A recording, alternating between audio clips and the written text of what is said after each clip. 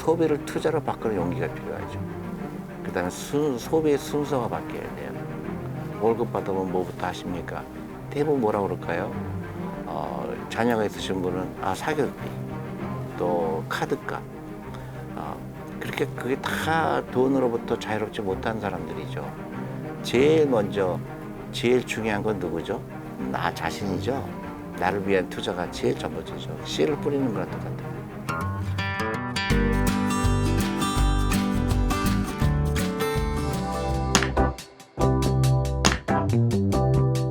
그 미국의 부자들한테 이렇게 서베이를 하면 되게 공통적인 게 있어요. 제일 첫 번째로 나오는 게 굉장히 신기해요. 돈하고 관계 없는 것 같아요. 도덕성을 찍어요. 법을 잘 지킨다. 그게 왜 그럴까 그랬더니, 그러니까 그런 사람들이, 법을 잘 지키는 사람들이 그 세금도 제대로 내는 사람들, 그런 사람들이 대부분 부자가 되더라. 신기하죠? 두 번째로는 사는 게 즐거운 사람들이에요. 사는 게 재밌어요. 그리고 아침 일찍 일어나요. 그리고 부정적인 생각을 안 해요. 긍정적인 생각. 뭐 그런 이제 라이프 스타일이죠. 그다음에 호기심이 많은 사람들. 호기심이 많아야 돼요. 앞으로 어떤 세상이 될까? 어떤 주식이 좋을까? 뭐 이런 호기심 있잖아요. 앞으로는 어떤 세상이 될까? 그런 호기심 많은 거. 그 다음에 투자를 일찍 한 사람들이에요. 투자. 그게 굉장히 중요해요. 근데 대부분 투자의 중요성을 잘 모르죠. 그죠? 다 시간이 지난 다음에, 그때 그렇게 할 걸. 그렇게. 그래서 저한테 찾아오시는 분들이 많이 저한테, 5년 전에, 당신 말 듣고 시작했더니, 내가 너무너무 다행이다. 이제 그런 얘기를 하시는 분들이 많고요. 뭐, 편지도 보내오고, 이메일도 보내오고, 다양하게 저한테 감사하다는 말을 많이 해요. 그렇죠. 이제 시간이 많지. 이제 뭐, 근데 이제 100세 시대이기 때문에 그렇게 60이라고 그래서 그렇게 이제 옛날처럼 그런 게 아니기 때문에 시작은 해야 되겠죠. 근데 이게 재밌게 해야 되잖아요. 그러니까 초조하게 생각할 건 없고, 일단 여유 자금으로 해야 되고요. 일단 계좌를 열어야 되고, 연금저축이라는 계좌가 있어요. 그거 반드시 계좌를 여시고, 여유 자금으로 하시고, 그 다음에 중요한 거는 온 가족이 같이 해야 돼요. 우리 아들, 손주 다 같이 해야 돼요. 그 손주한테 부자를 만들어주게 하는 것도 좋은 방법이죠. 그래서 그 아이한테 이제는 장난감 사주지 말고 거기다가 주식이나 ETF를 사주는 것도 좋은 방법이죠. 그러면 대표님은 자녀에게 경제 교육을 몇 살 정도부터 시작하는 게 좋다고 보세요? 일찍 할수록 좋죠. 그냥 최대한 일찍. 그럼요. 유태인들은 1살 때부터 해요. 그럼요. 근데 좀 경제에 관심 없는 자녀에게 억지로 이렇게 교육을 해버리면 오히려 반항적이 될 수도 있지 않을까요? 아니, 그거는 반항적으로 되는 게 아니라 너무 안 하다 갑자기 하려고 그러니까 그런 거죠. 그냥 조금씩 서서. 네, 그러니까 부모님도 한 번도 그런 얘기 안 하고, 그래서 그 자녀는 한 번도 돈에 대해서 중요하다고 생각한 적이 없어요. 근데 갑자기 느닷없이 이제 앞으로 돈 공부하자 그러면, 이게 무슨 얘기지? 그렇잖아요. 그래서 우리가 온 가족이 차근차근 같이 해야 된다는 걸 제가 계속 강조하는 이유가, 혼자 아무리 해도 그 가족이 같이 따라오지 않으면 굉장히 외롭고, 그리고 이게 정말 내가 하는 게 맞는지 또 거기서 회의가 오게 되고, 그래서 그 유태인들이 부자가 되는 이유는 돈에 대한 철학이 다 똑같아요. 그러니까 배우자, 자녀들, 그게 굉장히 중요해요. 우리는 다 부자가 되고 싶다고 속으로 생각하잖아요. 근데 행동은 정반대인 경우가 많죠. 예를 들어서 비싼 백을 산다든가 비싼 시계를 산다든가, 그거를 부자가 되는 길하고는 점점 멀어지는 거거든요. 그 돈으로 투자가 돼야 되고, 결국은 라이프 스타일이에요. 내가 부자 되는 라이프 스타일인지 가난하게 되는 라이프 스타일인지. 그래서 가난한 사람 보면 다 이유가 있어요. 부자처럼 보이려고 해요. 그러니까 비용이 들어가요. 그러니까 막 쓸데없이 돈을 막 함부로 쓰는 사람들, 쇼핑을 막 하는 사람들, 카드를 막 하는 사람들, 그 사람들은 대부분 가난할 수밖에 없는 그런 거거든요. 그러니까 라이프 스타일을 바꿔야 수밖에 없어요. 부자 되는 라이프 스타일로 가는 거죠. 부자 되는 라이프 스타일은 아끼고 투자하는 거. 아끼고 그다음에 소비를 투자로 바꾸는 용기가 필요하죠. 그다음에 소비의 순서가 바뀌어야 돼요. 무슨 얘기냐면 대부분 잠깐 물어봐요. 월급 받으면 뭐부터 하십니까? 대부분 뭐라 그럴까요?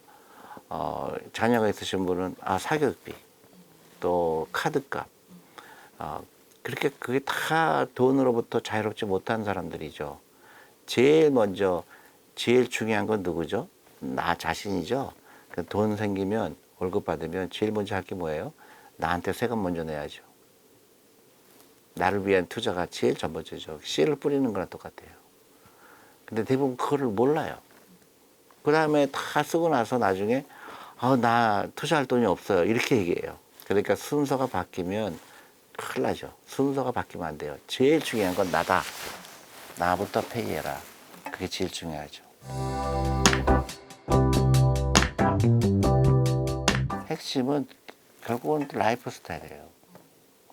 부자처럼 보이고 싶으냐, 부자가 되고 싶냐, 아니면 부자처럼 보이고 싶냐의 차이고요. 그 다음에 투자는 반드시 해야 돼요. 내가 아무리 열심히 일해도 내 육체는 한계가 있어요. 남이 나를 부자로 만들어야 돼요. 남이 나를 부자로 만드는 거는 투자죠. 또 주식에 그래서 투자하는 거예요. 그러면 대표님은 저축과 투자 중에서는 투자. 저축은 아주 미니멈으로 해야죠. 저축만 해갖고는 가장 위험한 자산이 뭘까요? 은행에 있는 돈이죠. 일을 안 하잖아요. 일을 안 하는 돈은 게으른 돈이잖아요. 근데 우리는 이제 할 때 원금 보장이란 말을 잊어버려야 돼요. 원금 보장이 제일 나쁜 거예요. 원금 보장이라는 거는 아주 무책임한 거예요. 하루 종일 사람이 일 안 하면 어떻게 되죠? 게으르다 그러죠. 내 돈이 게으른 거예요. 근데 우리 한국은 전부 원금 보장이 있어요. 저는 깜짝 놀랐어요. 왜 원금 보장을 하려고 할까? 그거는 미안한 얘기지만 금융 문맹이라고 얘기하죠. 돈을 이해하지 못하고 있구나. 돈을 일시켜야죠. 근데 일시키는 과정에서 이제 중간중간에 주시장이 올라갈 때도 있고 내려갈 때도 하니까 그거를 위험이라고 하지 않고 그건 변동성이라는 거예요. 근데 5년 있다가는 다 올라가게 돼 있어요. 10년 다 올라가게 돼 있고. 근데 돈을 일하게 하는 거니까 올라가든 내려가든 꾸준히 월급의 10%, 20% 투자하는 게 중요하죠. 이거를 가르쳐 줘야 돼요. 자녀들한테도 가르쳐 줘야 돼요. 손자들한테 가르쳐 주고. 그 다음에 잘못된 거를 이제 바꿔야 되죠. 그러니까 아이들한테 부자를 만들려고 그러면 사교육을 끊고 그걸로 투자해 주는 거죠. 근데 그 용기가 없죠, 다. 좀 무서워요. 그게 왜 무섭냐? 금융 문맹이기 때문에. 한국의 금융 문맹률로 따지면 아주 상위에 올라가 있죠. 그러니까 어떻게 돼요? 금융 문맹은 질병이다. 그리고 반드시 대가를 치른다. 한국이 그 대가를 치르고 있죠. 자살률 세계에서 1등이죠. 노인 빈곤증 세계에서 1등이죠. 그리고 행복 지수가 아주 낮죠. 그게 왜 그럴까요? 우리 돈이 없어서 그런 거거든요. 돈 공부를 안 해봤어요. 지금부터 해야죠. 늦은 건 없어요. 그래서 온 가족이 지금부터 돈 얘기합시다. 돈 경제 독립을 합시다. 우리나라가 다시 지금은 우리나라가 계속 경제 성장률도 낮아지고 하잖아요. 그걸 다시 일으키는 일은 유일하게 금융에 대한 이해예요. 돈에 대한 이해. 그러면 다시 일어설 수 있어요, 한국은.